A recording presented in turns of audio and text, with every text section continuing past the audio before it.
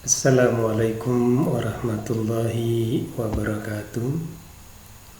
Anak-anakku sekalian, kita berjumpa kembali pada lanjutan materi fisika kelas 10 untuk siswa-siswi SMA Negeri 2 Bau-Bau bersama saya Agus SPD. Pada bab 1 ruang lingkup fisika, metode ilmiah dan keselamatan kerja, kita akan lanjut membahas subbab bagian B, yaitu metode ilmiah dan keselamatan kerja. Metode ilmiah dan keselamatan kerja, subjudul 1, metode ilmiah. Pengertian metode ilmiah yang dikembangkan oleh Francis Bacon yang hidup antara tahun 1561 sampai 1626 adalah serangkaian langkah berupa identifikasi masalah, pengumpulan data, memilah data, merumuskan hipotesis atau dugaan ilmiah sementara, kemudian menguji hipotesis secara tepat dan mengkonfirmasi hipotesis atau dugaan ilmiah apabila terdapat temuan-temuan baru dalam eksperimen yang dilakukan.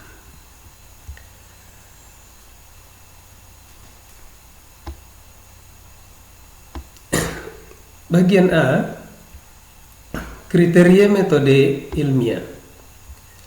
Metode ilmiah memiliki beberapa kriteria sebagai berikut. 1. Berdasarkan fakta dan bersifat objektif. Kemudian kedua, bebas dari prasangka. Ketiga, berdasarkan prinsip-prinsip analisis. Kemudian keempat, melalui proses hipotesis. Nah, yang kelima, berdasarkan teknik kuantitatif. Subjudul B, langkah-langkah metode ilmiah. Langkah-langkah metode ilmiah mempunyai tahapan-tahapan sebagai berikut. 1. Identifikasi masalah dan studi pendahuluan. Pada langkah awal, kita harus mengidentifikasi masalah apa yang akan kita teliti, lalu melakukan studi pendahuluan. Kemudian kedua, perumusan masalah. Jadi merumuskan masalah yang akan diteliti. Kemudian ketiga, pengumpulan informasi tentang masalah tadi. Selanjutnya yang keempat, pengajuan hipotesis atau dugaan ilmiah sementara. Yang kelima, melakukan eksperimen tentang masalah tersebut. Kemudian yang keenam, menganalisis data yang diperoleh dari hasil eksperimen. Dan yang ketujuh, pengambilan kesimpulan tentang hasil eksperimen yang kita lakukan.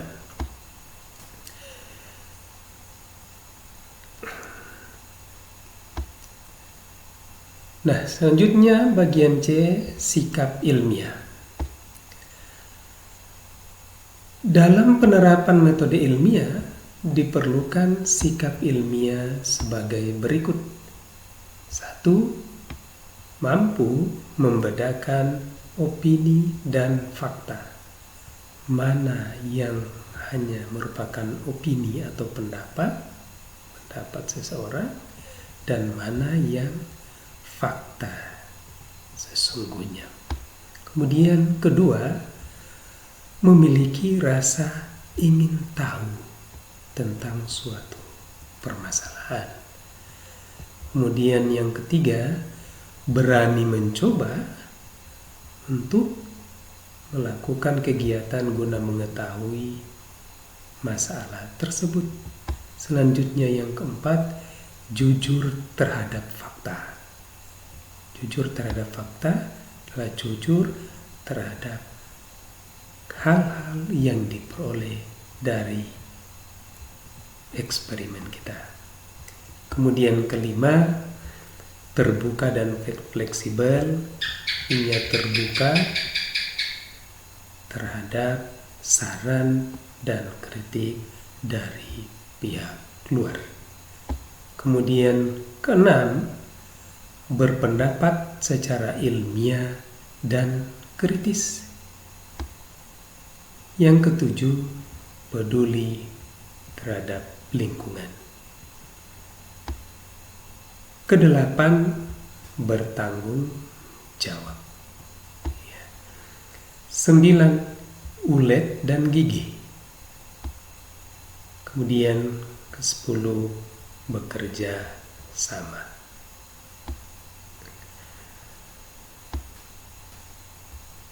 Subjudul kedua, keselamatan kerja. Tujuan penerapan keselamatan kerja adalah sebagai berikut. A. Melindungi praktikan atau peneliti dalam melaksanakan praktik. Kemudian B. Menjamin keselamatan setiap orang yang bekerja di laboratorium. C. Menjamin sumber-sumber produksi dan peralatan praktik di laboratorium supaya terjaga, terawat, dan aman. Kemudian D. Mencegah dan mengurangi kecelakaan di laboratorium. Selanjutnya E. Memberikan pertolongan pertama pada kecelakaan sebagai langkah awal untuk penanggulangan.